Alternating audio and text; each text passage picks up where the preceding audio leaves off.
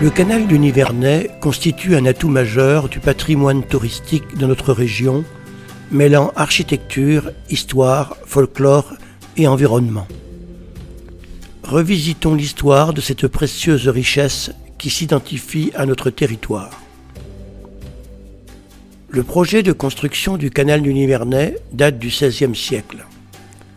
Le manque de bois de chauffage à Paris dans l'hiver 1782-1783 a conduit par décision royale à établir une communication entre le bassin de la Loire et celui de la Seine pour accroître l'approvisionnement de la capitale par flottage en exploitant les forêts du Morvan. Cela supposait l'établissement d'un dispositif de flottage permettant d'amener les bois du versant Loire vers le versant Seine. Le flottage, lui, remonte aux années 1540. À l'aide de scies, haches et cognets, les arbres sont abattus l'hiver dans le Morvan, découpés en moulets, puis marqués à chaque extrémité du signe de leur propriétaire. Des étangs permettent de créer des crues artificielles. Au printemps, les retenues d'eau sont ouvertes aux flots qui emportent les bûches perdues sur l'Yonne. Le long des rives, des ouvriers, dits poules d'eau, régularisent la descente. Des barrages arrêtent le bois pour que les flotteurs équipés d'un picot tirent les bûches de l'eau, assemblées en trains de bois et empilées par marques. C'est le tricage. Un premier train part de Clamecy en 1549. D'une longueur totale de 265 km, la descente de Clamecy à Paris s'effectuait en 12 journées harassantes. Les trains étaient alors désassemblés à Charenton, avant que les flotteurs ne reprennent le chemin du retour, à pied, en marchant en moyenne 50 km par jour. À l'apogée de l'activité du flottage, au cours du XIXe siècle, on considère qu'environ 500 flotteurs étaient présents sur le bassin de Clamecy. Mais le dernier train de bois partira de la capitale du flottage en 1877. Reliant l'Yonne à la Loire en 174 km, d'Auxerre à Decize via Clamecy, le canal du Nivernais est un magnifique ouvrage, double escalier géant, dont chaque marche correspond à un bief, l'espace compris entre deux écluses. L'altitude du point de départ à Auxerre est de 87 mètres. Elle atteint 189 mètres à l'arrivée à Saint-Léger-des-Vignes. Le point haut est situé au bief de Partage de Beille à 262 mètres. Composé de 116 écluses, toutes manuelles, dont 35 sur le versant Loire et 81 sur le versant Seine, le partage des eaux se situant au niveau de la Collencelle, le canal du Nivernais, creusé dans un écrin de verdure, est l'un des plus beaux canaux d'Europe. Les travaux de construction du canal commencèrent à la Collencelle en 1784. Là fut percée la plus grande voûte du site de 758 mètres de longueur, avec en amont les étangs de Vaux et de Beille et en aval l'échelle des 16 écluses de Sardy-les-Épiries. Le canal devait se terminer à Cercy-la-Tour, mais on décida de le prolonger jusqu'à Saint-Léger-des-Vignes pour faire la jonction avec le canal latéral à la Loire. Il fut terminé en 1838. Ouvert à la navigation à cette date, le canal fut réellement opérationnel à partir de 1860, lorsque la Basse-Yonne, Auxerre à Montereau et la Haute-Seine, Montereau à Paris, devinrent complètement navigables. Son attrait est renforcé par la présence de remarquables ouvrages d'art d'époque, fruits du travail des ingénieurs et ouvriers, voûtes, tunnels, écluses, ponts-levis. Formidable machine hydraulique, le canal est alimenté en eau par plusieurs rivières, telles que l'Yonne, l'Aron et le Beuvron, mais aussi des étangs de Vaux et de Beille aménagés dans ce but. L'alimentation est effectuée via la rigole d'Yonne qui achemine l'eau du lac de Pensière jusqu'au biais de Partage, point culminant du canal, délimité par les écluses de Beille et de Port-Brûlé. On dénombre 23 barrages sur la rivière Yonne qui alimente le canal. Ils permettent de maintenir un niveau d'eau suffisant pour assurer la navigation. Sur ces barrages subsistent 12 barrages équipés d'aiguilles et manœuvrés manuellement, ainsi qu'un barrage à vanne manuelle. La largeur des écluses, 5,20 m, est identique sur tout le parcours. Le plus court bief est de 250 mètres, le plus long de 7 km. Le mouillage théorique est aujourd'hui en moyenne de 1,40 m, mais seulement de 1,10 m de Clamecy à Decize. En parallèle du flottage, le canal est ouvert à la navigation marchande. Utilisé comme canal de flottage pendant les crues d'hiver et au printemps, le canal du Nivernais se transforme en voie marchande de navigation le reste de l'année. Ce qui n'est pas sans poser de nombreux conflits entre mariniers et flotteurs. Longtemps, les péniches étaient tractées par la force humaine depuis le chemin de halage, puis par des animaux, ânes, mulets, chevaux. Les traces des cordes de halage sur les bornes témoignent de ce rude passé.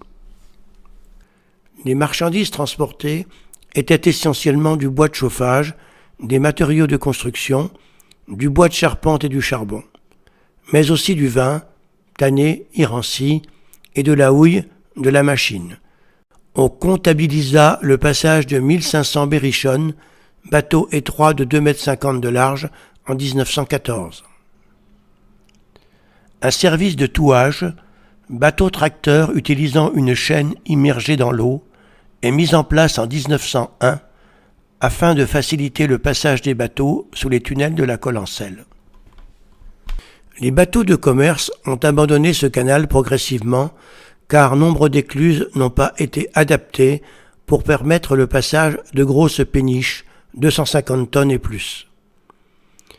Entre la mise partielle au gabarit Fraissinet et la construction de l'embranchement de Fermenton, les années 1881 sont riches en travaux sur le canal. Le dernier grand bouleversement a lieu à Clamecy, au début du XXe siècle, avec le comblement du canal dans la traversée de la ville et sa déviation dans l'Yonne. Le trafic commercial s'est donc peu à peu raréfié. Sa fréquentation par les bateaux de commerce avait brutalement chuté.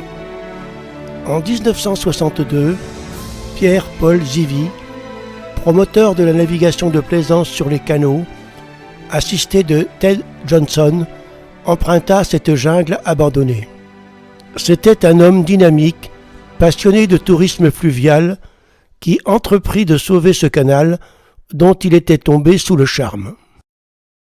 Pour cela, il rencontra le chef de l'État, le général de Gaulle, pour lui présenter l'intérêt de son projet. Son entrevue fut couronnée de succès et l'État fit reprendre la concession centrale du canal par le Conseil général de la Nièvre, alors présidé par François Mitterrand, en 1972. Il installera une base de location à Baye, bientôt suivie par d'autres compagnies de location de bateaux.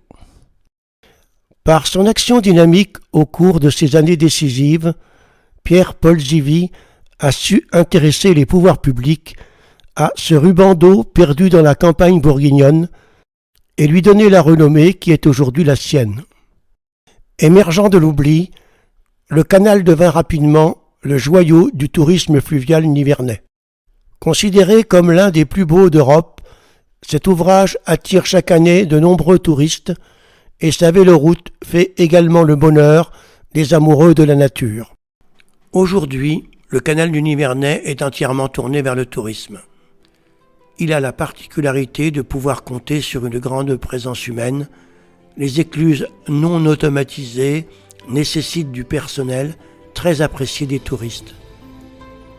Si ces infrastructures techniques sont gérées par VNF, Voies navigables de France, les aspects touchant au développement touristique sont pris en compte par un syndicat mixte d'équipement touristique du canal du Nivernais, composé de représentants des communes riveraines dans la Nièvre et dans l'Yonne. Halte fluviale, loueurs de bateaux, pistes cyclables et respect de l'environnement viennent transformer une fois de plus l'image de la voie d'eau. Le canal du Nivernais est, avec une moyenne de 1800 à 2000 passages de bateaux par an, le deuxième canal le plus fréquenté de France, eu égard à ses nombreux attraits, patrimoine, nature, écluses manuelles, écrins de verdure. Désormais, chaque année, le canal reçoit 50 000 visiteurs. Le véloroute sur les chemins de halage rencontre un franc succès et 10 000 navigants donnent à leurs vacances la couleur originale d'une aventure paisible, étonnante et enrichissante au cœur de nos magnifiques paysages, comme le disait Romain Rolland, prix Nobel de littérature, enfant du pays. Je savoure les harmonies de ces vastes et sereins horizons, les douces vagues de ces collines bleues, les rivières claires qui serpentent à travers prés. En 1998, en hommage à Pierre-Paul Zivy, sauveur du canal, un ouvrage d'art réalisé par Bruno Goury, artiste forgeron-sculpteur, fut érigé d'abord face au canal à la Collencelle, puis déplacé à la base nautique de Baye. 25 ans plus tard, en 2023, la sculpture ayant subi les affres du temps nécessitait d'être restaurée. C'est Bruno Goury, le créateur, qui s'en est chargé. Le jeudi 13 avril 2023, la sculpture restaurée a été réinstallée par son créateur.